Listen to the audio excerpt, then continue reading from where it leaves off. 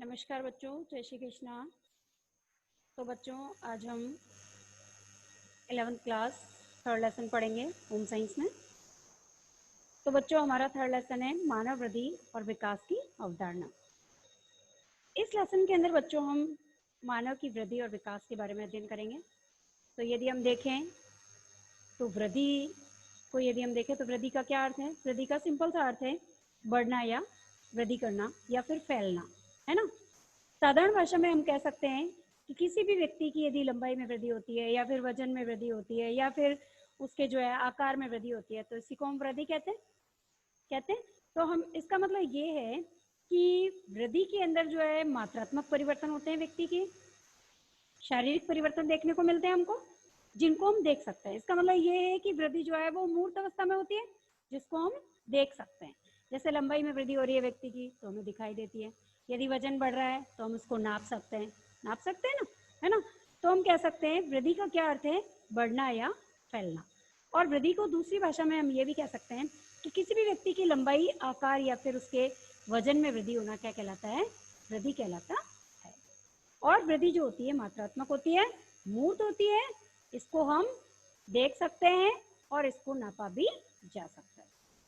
अब चलते हैं बच्चों विकास। यदि हम विकास की बात करें बच्चों तो विकास का मतलब ये है कि गर्भाधान से लेकर के और मृत्यु पर्यंत तक होने वाली, हम सोच सकते हैं कि एक जीवन पर्यंत चलने वाली एक निरंतर एक ऐसी प्रक्रिया है, एक प्रोसेस है, जिसके अंदर विभिन्न प्रकार के शारीरिक, मानसिक और संवेगात्मक, है ना, बौद्धिक, कई प्रकार के परिवर्तन जो है वो निरंतर होते रहते हैं और चलते रहते हैं, जीवन पर्यंत तक ये चलते रहते हैं। तो हम इसको कह सकते हैं विकास, है ना।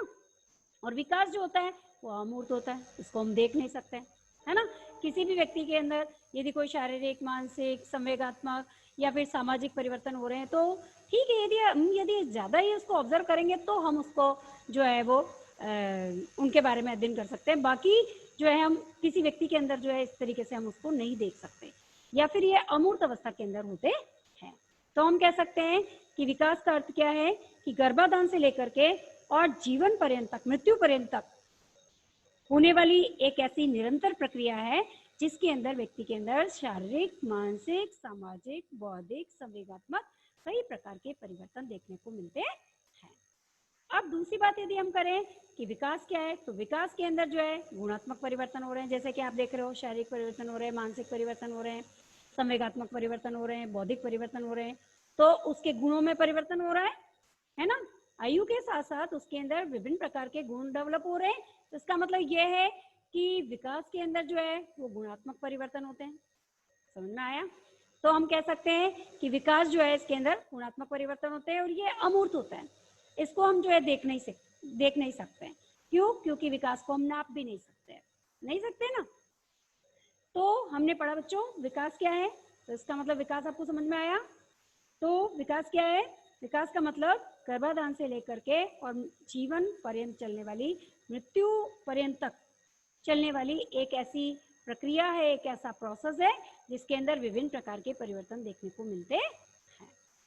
अब चलते हैं बच्चों वृद्धि और विकास के अंदर यदि हम अंतर की बात करें तो वृद्धि और विकास के अंतर को यदि हम देखें, तुलनात्मक अध्ययन पूछा जाता है इसका आपके क्वेश्चन कि वृद्धि और विकास में जो है अंतर बताइए।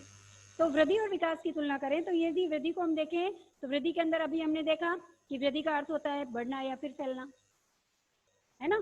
जबकि विकास के अंदर डेवलप होते हैं लेकिन गुणात्मक परिवर्तन होते हैं, इसके अंदर मात्रात्मक परिवर्तन होते हैं और इसके अंदर गुणात्मक परिवर्तन होते हैं विकास के अंदर। वृद्धि की यदि हम बात करें तो वृद्धि जो होती है वो ऊर्ध्वाधर होती है, ऊपर की ओर होती है ना। जबकि वृद्धि की बात करें तो वृद्धि जो होती है वो मूर्त होती है, इसको हम देख सकते हैं, है ना। वृद्धि को नापा जा सकता है, जैसे किसी भी व्यक्ति के आकार में वृद्धि हो रही है तो उसको हम जो है नाप सकते हैं, वजन में वृद्धि हो रही है तो तोल कर नाप सकते हैं, लंबाई में वृद्धि हो रही है तो हम उसको नाप सकते हैं, है ना। इसके साथ साथ हम कह सकते हैं कि वृद्धि के अंदर जो है शारीरिक, बाह्य और आंतरिक सभी प्रकार के जो है वो परिवर्तन होते हैं। और विकास की बात करें तो विकास के अंदर जो है गुणात्मक परिवर्तन होते हैं, व्यक्ति के अंदर गुणों का विकास होता है, विभिन्न प्रकार के शारीरिक, मानसिक, संवेगात्मक विकास होता है ना, विभिन्न प्रकार का गुणात्मक विकास होता है। विकास जो होता है ये अमूर्त होता है, इसको हम देख नहीं सकते, इसको हम नाप नहीं सकते, सिर्फ इसको अनुभव कर सकते हैं, है ना। इसके साथ साथ विकास जो होता है व्यक्ति के विभिन्न क्षेत्रों में होता है, जैसे शारीरिक विकास हुआ, मानसिक विकास हुआ, बौद्धिक विकास हुआ, संवेगात्मक विकास हुआ, है ना। इसके साथ साथ यदि हम वृद्धि को देखें तो वृद्धि जो होती है भ्रूणावस्था से प्रारंभ होती है और परिपक्व अवस्था तक प्राप्त होते होते जो है वो रुक जाती है, जबकि विकास जो होता है वो भ्रूणावस्था से शुरू होकर के जीवन पर्यंत यानी मृत्यु तक चलता है। विकास होता रहता है लेकिन हमें दिखाई नहीं देता। तो इसका मतलब ये है कि वृद्धि और विकास दोनों एक दूसरे के जस्ट अपोजिट है। तो हमने वृद्धि और विकास के अंदर अंतर देखा। अब चलते हैं बच्चों विकास की विभिन्न अवस्थाएं। विकास की विभिन्न अवस्थाओं की बात करें तो विकास की अवस्थाओं को यदि हम देखें तो सबसे पहले गर्भकालीन अवस्था होती है।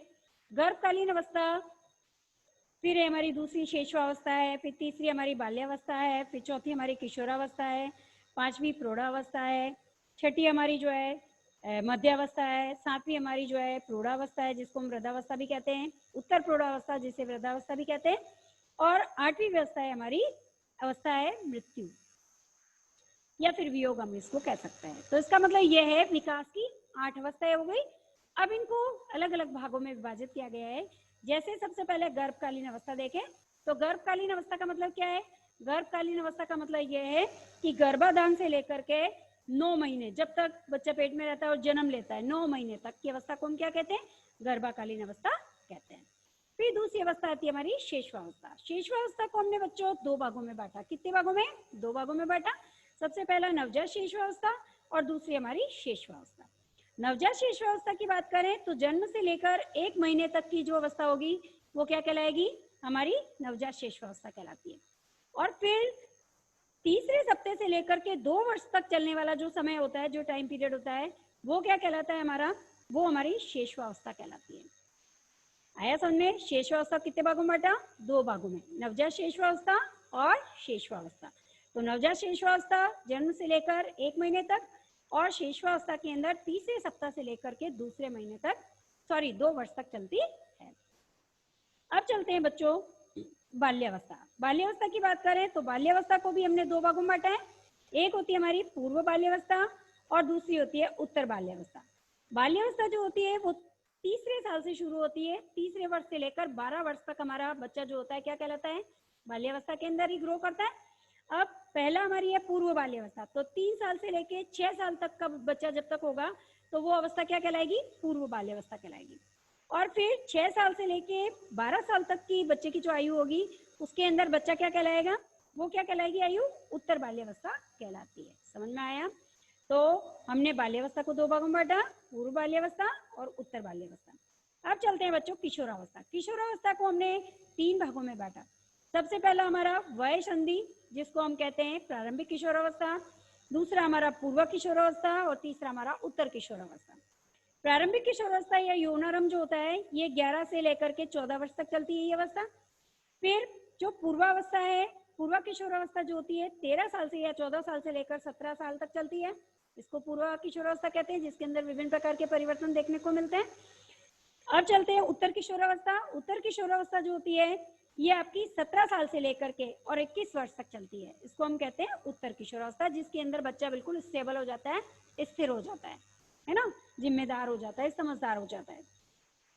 अब चलते हैं इसके बाद 5वीं अवस्था हमारी है प्रौढ़ावस्था।